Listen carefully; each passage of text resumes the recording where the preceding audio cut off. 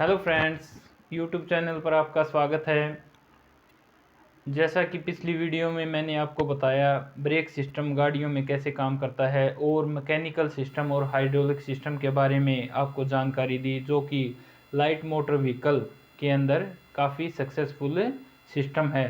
जैसे कि कार या जीप वगैरह के अंदर हमारा vacuum operated mechanic hydraulic system use किया जाता है और जिससे हमारी गाड़ी आसानी से रुक पाती है।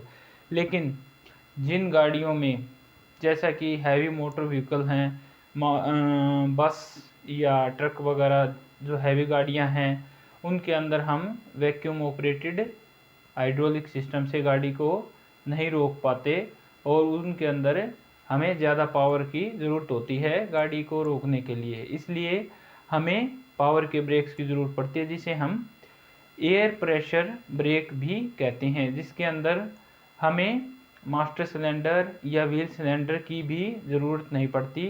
तो आइए दोस्तों, इसके बारे में हम जानकारी लें कि बस और ट्रक के अंदर जो ब्रेक लगाए जाते हैं वो कैसे काम करते हैं, उनका कैसे फंक्शन होता है। दोस्तों, जैसे ही ब्रेक पैडल, ये ब्रेक पैडल है, ड्राइवर ब्रेक लगाने के लिए जैसे ही ब्रेक पैडल को दबाएगा तो यहाँ पर एक ब्रेक पैडल के नीचे ब्रेक वॉल लगा होता है। ये जो यूनिट है पूरी, इसको ब्रेक वॉल बोलते हैं, ब्रेक वॉल।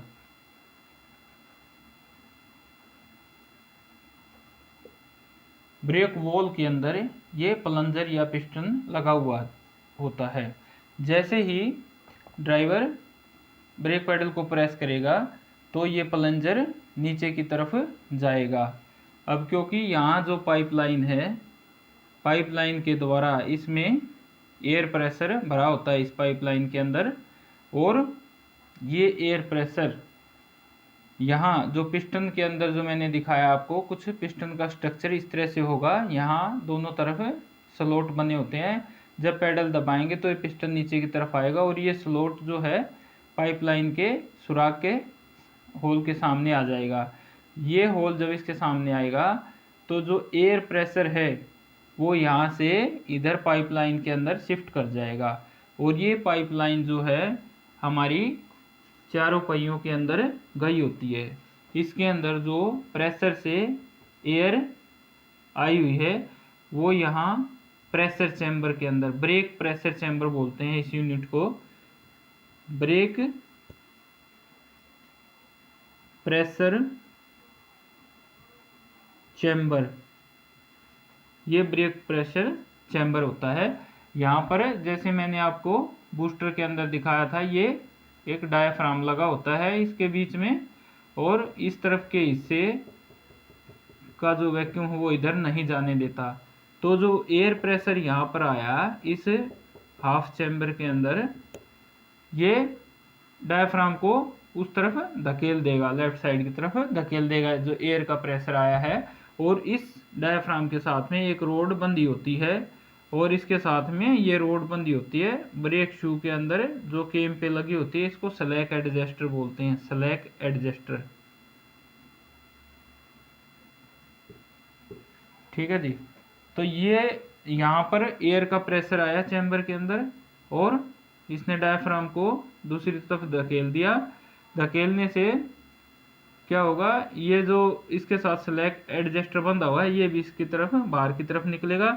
और क्योंकि इसका दूसरा सिरा जो है केम के साथ बंधा हुआ है जो ब्रेक शू के अंदर, ड्रम के अंदर लगा होता है, तो ये केम को घुमा देगा, ऐसे इस तरह से घुमा देगा, जिसकी वजह से इसके दोनों तरफ ब्रेक शू लगे हुए हैं। जैसा कि मैं पहले भी बता चुका हूँ, ब्रेक शू बाहर की तरफ खुलेंगे और ये ड्रम जो घूमता हुआ है पहिए के साथ में, इसके साथ रगड़ खाएगा और हमारी ब्रेक लग जाएगी। अगर इसको साइड से मैं दिखाऊं आपको, ये वाला पोर्शन कुछ इस तरह से दिखेगा।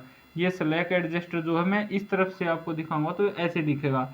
ये बीच में ये वाली शाफ्ट है, ये वाली, और ये वाली जो स्लैक एडजस्टर है ये है, और ये इसकी बैक साइड में, क्योंकि ये जो ब्रेक शू हैं ये एक बैक प्लेट पर लगे होते हैं, ये बैक प्लेट है ये वाली, और इस पे ये केम लगी हुई है, जो मैंने आपको ये वाली केम दिखाई है वो ये है। जो हम साइड से देखेंगे तो ये कुछ इस तरह से दिखेगा।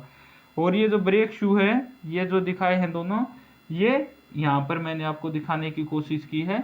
तो जैसे ये केम घूमेगी तो ये इसके साथ टच करेगा ब्रेक शू के साथ, जैसे ये दिखाई, ये बाहर की तरफ फैल जाएंगे।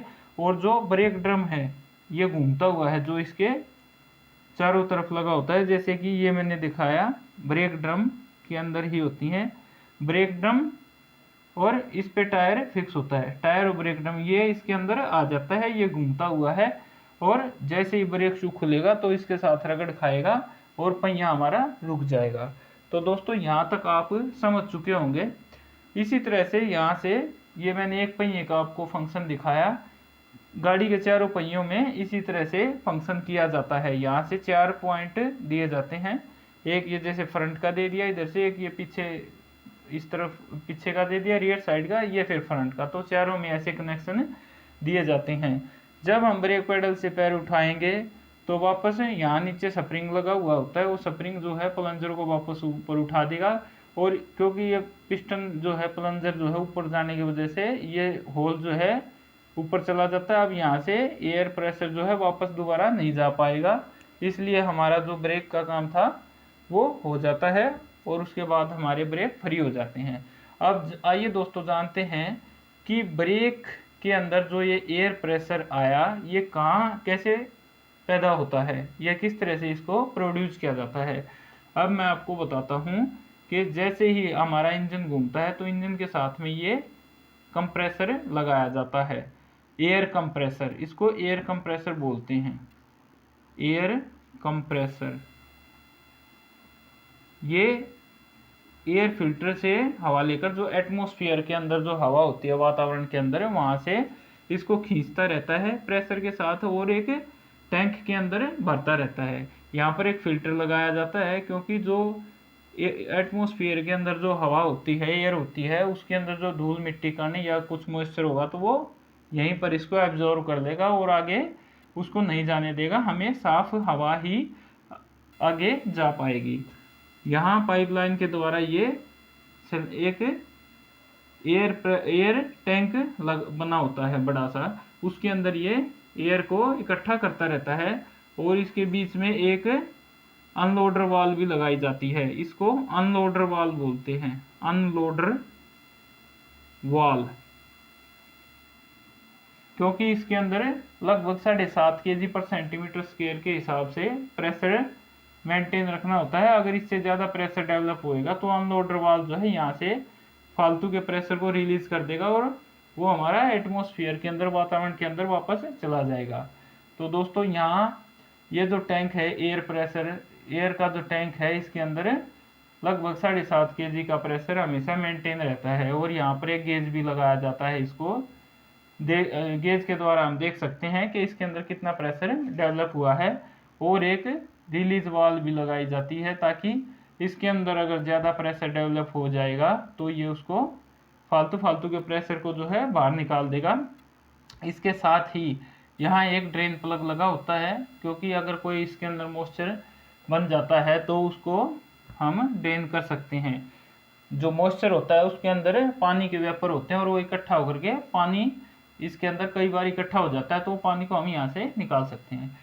और क्योंकि अब यहाँ पर प्रेशर बन चुका है, प्रेशर टैंक के अंदर एयर प्रेशर टैंक है जो ये, यहाँ से हमारा प्रेशर इधर पैडल की तरफ जाएगा। यहाँ भी एक फिल्टर लगा होता है, ताकि अगर कोई मॉइस्चर या कोई इम्प्योरिटीज़ है तो वो यहाँ पे फिर भी यहीं इसको फिल्टर हो जाएगा और हमारा जो है साफ एयर जो है सिस्टम के अंदर जा पाएगी, ताकि हमारा सिस्टम ख़राब ना हो।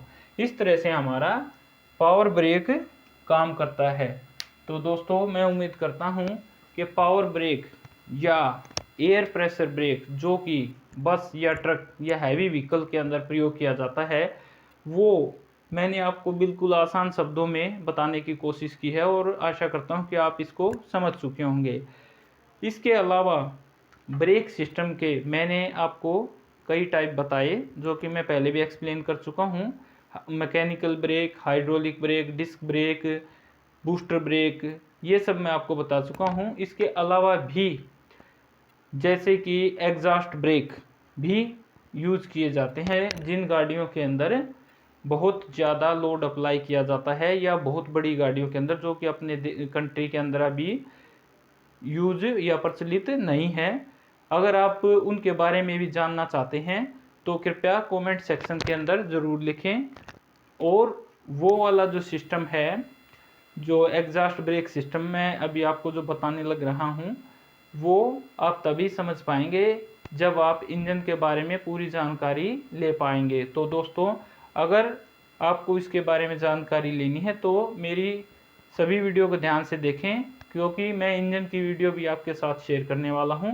और जब इंजन की वीडियो आप देख पाएंगे उसके बाद मैं आपको एग्जॉस्ट ब्रेक के बारे में भी बताऊंगा, उसकी विशेषता क्या है ये भी बताऊंगा, क्योंकि उसके अंदर हमें ब्रेक पैडल की भी ज़रूरत नहीं पड़ती है। बिना ब्रेक पैडल दबाए हम गाड़ी को रोक सकते हैं। तो दोस्तों, मेरी वीडियो को देखने के लिए धन्यवाद। और मेरी अगली वीडियो के साथ मैं जल्दी ही आपसे मिलने वाला हूँ। Thank you.